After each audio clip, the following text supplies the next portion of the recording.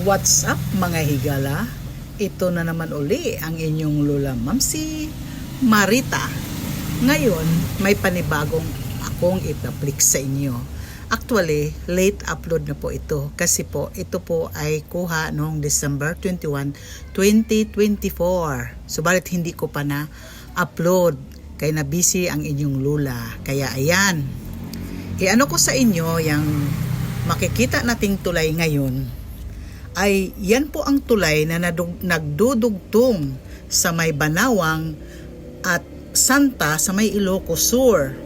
Ito ay tinatawag na Banawang Bridge o mas kilala rin bilang Quirino Bridge.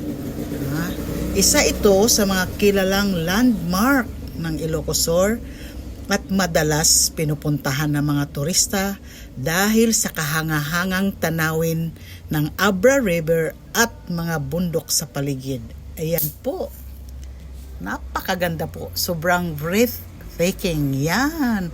Parang sulit na talagang, tika, chill muna tayo sa lahat ng mga stress o nako, sulit po. Kaya wag magpahuli.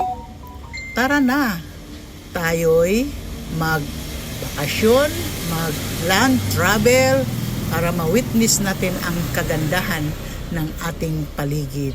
Yan, Kaya maraming salamat po sa inyong pagpanood. Sobra po talagang nakaka-amaze. Thank you mga higala. Ito po ang inyong Lola Mamsi Marita na nagsasabing I love you all.